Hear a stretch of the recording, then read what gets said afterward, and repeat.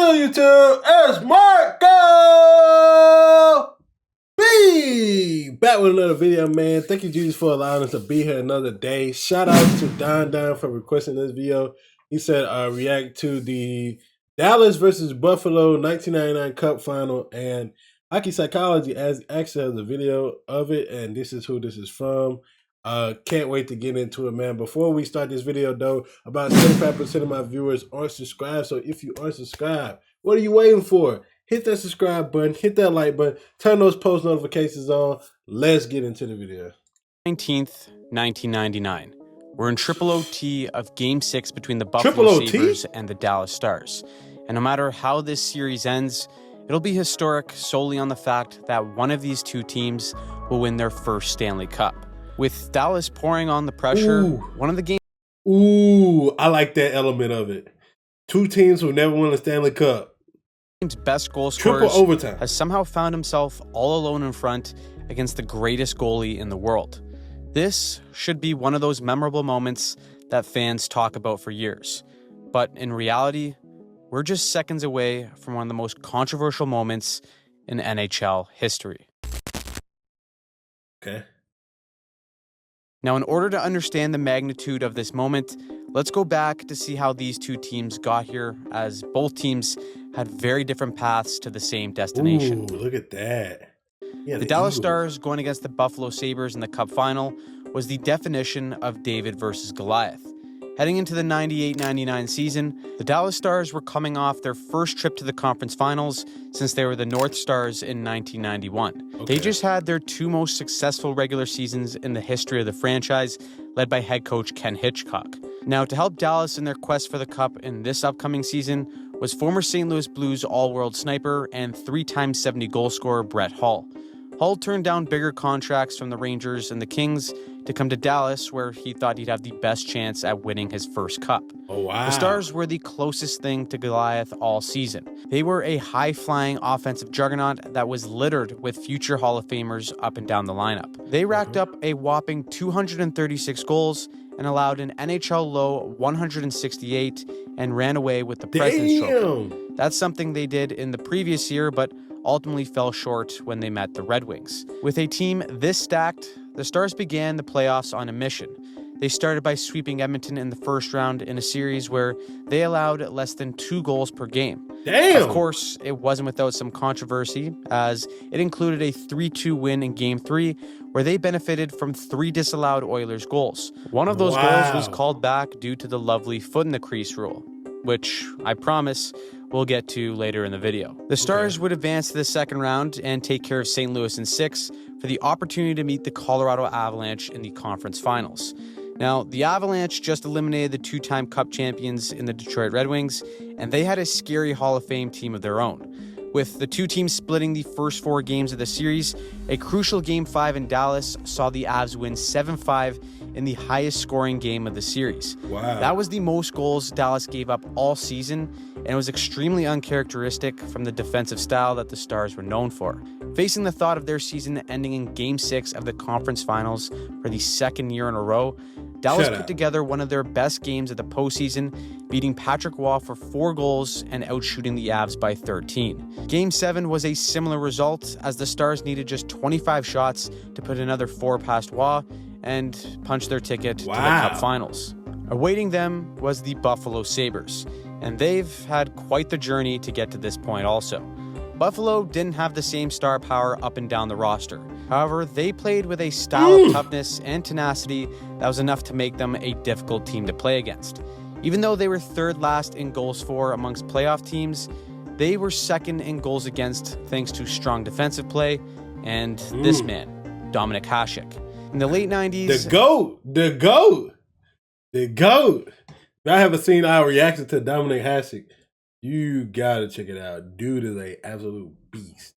The NHL was in the middle of the dead puck era, and goals were incredibly hard to come by. In 1997 and 1998, Hasek became the only goalie in NHL history to win back-to-back MVPs, and in 1999, he had better raw numbers than both of those seasons. Wow. With a 1.87 goals against and a .937 save percentage, beating Hasek was rare enough that if you did, you'd want to keep the puck if you scored on him. However, the Damn. Sabres as a whole had a roller coaster of a season.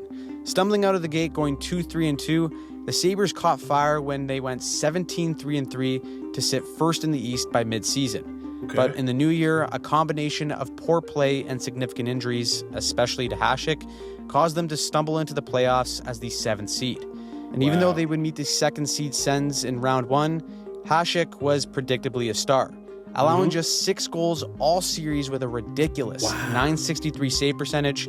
The Sabres swept the second best team in the East. And 963 save percentage, 96% basically. in the second round, they would meet the Boston Bruins. After dropping Game 1, the Sabres would take 4 of the next 5 to beat the Bruins in 6 games. Wow. That set up a date in the conference finals with the Toronto Maple Leafs. The Leafs were the highest scoring team in the 99 season. So when Buffalo got the bad news that Hasek would be ruled out of the first 2 games with a groin injury, things were looking bleak. But shockingly, Buffalo was fortunate to split the first 2 games with backup Dwayne Rollison. Okay. And when Hasek returned, he stopped 75 of 81 shots across games 3 to 5. Damn. And the Sabres advanced to the Cup final for the first time in 24 years. The difference between these two teams was 23 points in the standings, but with them being number 1 and number 2 in goals against during the regular season, defense and goaltending would be the story, especially Eddie Belfour versus Dominik Hasek.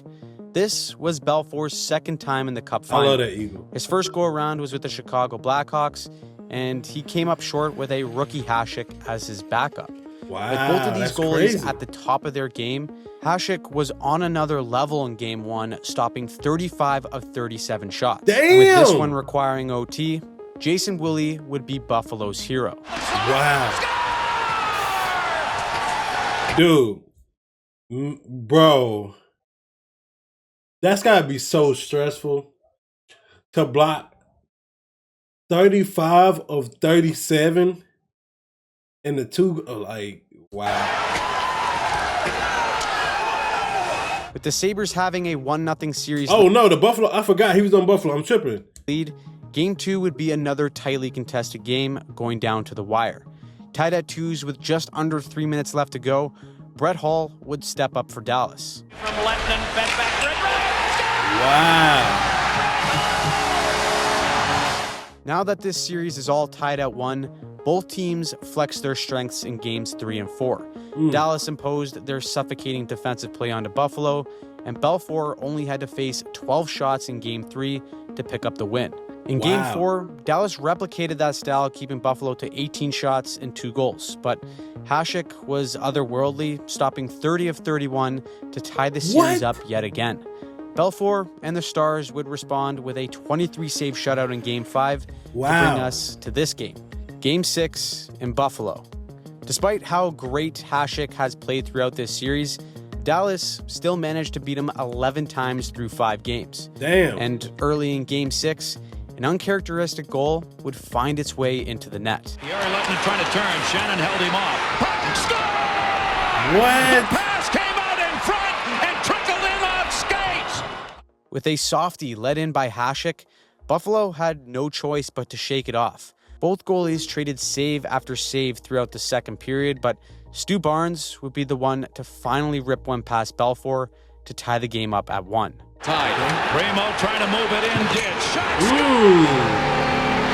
Barnes turns it up. As time winded down during regulation with the score deadlocked at 1, this game would need sudden death overtime.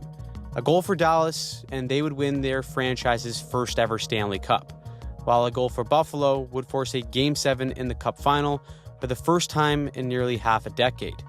In the first OT, both offenses seemed tight. Buffalo got the first shot of the period nearly 8 minutes into play, while Dallas didn't get their first shot until a little over 7 minutes remaining. With the first OT solving nothing, the second overtime would see Buffalo inches away from forcing 7. Winners as well. Back to the point. Shot. Patrick Belfour. Here in the second overtime period. Wow. As time ticks on, the way these two goalies are playing feels like this game will never end.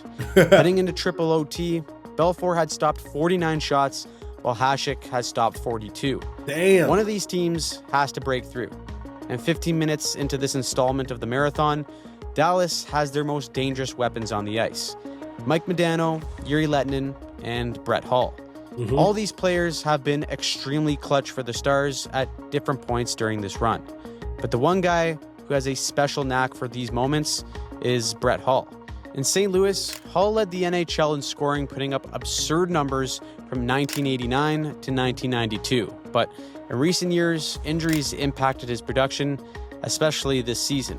Scoring at just over a point per game in the first half of the season, Hull ran into injury problems that saw him sidelined for a month before returning just before the playoffs. That was until he re-aggravated it in Game 3 of this series. Wow. He missed all of Game 4, played limited minutes in Game 5, and is doing the same here tonight despite finding himself on the ice in triple overtime. Now, with him in front of the net, all alone against the greatest goaltender on the planet, there's one other thing he has to worry about in this moment, and that's the goal crease rule. Let's rewind back to 1991. The NHL introduced the crease rule that basically stated that any attacking player being in the crease, whether or not they had anything to do with the play, would result in no goal. Fans despised the rule because right as offense was plummeting league-wide due to the clutch and grab and neutral zone trap, the league was taking goals off the board because players would have so much as a toe on the other side of the crease, with it having no actual impact on the play. Wow. One owner in particular who was outspoken about the rule in 1991 was the Dallas Stars owner, Norman Green. At the time, he owned the Minnesota North Stars, but he called the entire thing a mistake, and leading up to this moment in the Cup Finals, his Stars were no stranger to controversy surrounding this rule. In 1997, the Stars choked a 3-goal lead in Game 3 of the quarterfinals to Edmonton that was cemented by an OT winner from Kelly Buchberger. Except the Stars were furious when watching the replay of the goal, as the league had seemingly missed Mike Greer's foot cutting across the crease on the game winner. Oh my goodness. Dallas players were screaming that Mike Greer of the Oilers was in the crease when the goal went in, thus negating the score. Wow. Imagine what happened after the game in the tunnel when they saw the replay and saw that they were right on target. You better go. He's in the crease. Them boys were crazy.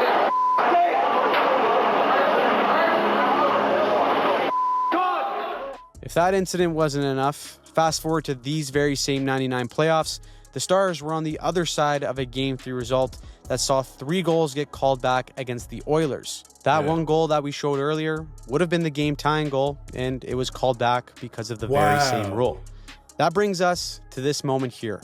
Triple OT with the Stanley Cup on the line with one of the game's deadliest shooters on the doorstep. This rule has altered games and stirred controversy around the league for years. The fact that this rule wasn't changed a long time ago was a huge mistake. The only thing that would make it a full-blown nightmare was if it were to happen on a cup-clinching goal. By Hull, shot, Yuri Lettinen, Hull, loose puck, Hull, shot, score, Wow. score, the Dallas Stars, Brett Hull, they've won the Stanley Cup, deep in the heart of Texas, the Stars are shining. The aftermath of this very goal was when the NHL knew that they made a huge mistake. Because although the team shook hands and the Stars hoisted the cup, many believed that the goal shouldn't have counted. Wow. When you watch the replay, it is very clear that Brett Hull's foot was in the crease while the puck went in. Wow. Yet the Stars are celebrating, it's 3 a.m., and it would be one hell of a disaster if they called this all back. No, that'd The be Dallas crazy. Stars have no idea what is actually transpiring here. They're in the middle of their giant celebration. So the rule that everyone complained of all year has come to haunt the National Hockey League at the worst possible moment. The Sabres, on the other hand, refused to leave their locker room until given an explanation. None of the players are available until Brian Lewis comes down from the National Hockey League and explains to them this situation on why this goal should count. Stay tuned. I have the faintest clue what's going to happen at this point. Sabres coach Lindy Ruff even had a run-in with Commissioner Gary Bettman, saying he just wanted an answer as to why this goal wasn't reviewed. And Bettman's lack of response only infuriated the Sabres even more. On what basis did they try to explain to you that it was a good goal? That Brett Hull had control of it, and he had it under control in the crease, and he stick handled to his forehand and shot it in. Well, that wasn't the case. It went off Dom's glove and went off Holzinger's skate, went outside the crease, and his foot's in the crease when he scores the goal. But there's also one more wrinkle to this story, because on March 25th, 1999, the NHL sent out a memo to all teams clarifying the skate in the crease rule. It stated that if a player controlled the puck, entered the crease, and scored, the goal would count. But if there was a change of possession and the player remained in the crease and then scored, the goal would be disallowed. That makes sense, except for some reason, the NHL didn't make the memo public knowledge at the time it was sent. Once the league spoke to the Sabres, the decision aligned with the wording of the memo. Even though Hull was in the crease, his initial shot rebounded off a Hasek and had not resulted in a change of possession. Hull kicks the puck with his left skate while still being outside the crease and into a shooting position. Because of that action, he became the possessor of the puck prior to his skate entering the crease. That means that the NHL determined it to be a good goal. In the end, it was a controversial ruling that was supported by a rule that the NHL should have changed years prior. And because of that very mistake, it created a moment that will forever be surrounded by controversy. The very next season, the NHL changed the rule entirely by allowing players to stand in the crease so long as the goalie wasn't interfered with. While goalie interference still remains one of the most controversial topics in today's NHL, this goal directly changed the rules of the sport, and likely for the better. For one team, it's another chapter of countless disappointments and pain in their franchise history. For the other, despite all the controversy, it still remains as the ultimate crowning moment. Wow. Wow. Yo, dawg, that's crazy. That's crazy. Bro, can you imagine? Bro, I don't blame the Stars either, bro. If I already done picked this trophy up, I done gave this bitch a kiss. I'm feeling great. I probably done drank a whole bottle of champagne. You think I'm finna go back out on the ice? Man, fuck no. You better fix this shit, you feel me? But that's wild though. Damn, that's wild. Which obviously now, now the rule ain't the same, but yeah, that's crazy, man. What a great video, man. Shout out to Don for requesting this video. I hope you guys have enjoyed it. If you did, hit that like button, hit that subscribe button, turn those post notifications on. And remember, stay peaceful, stay positive, stay disciplined, and always, always, always be kind.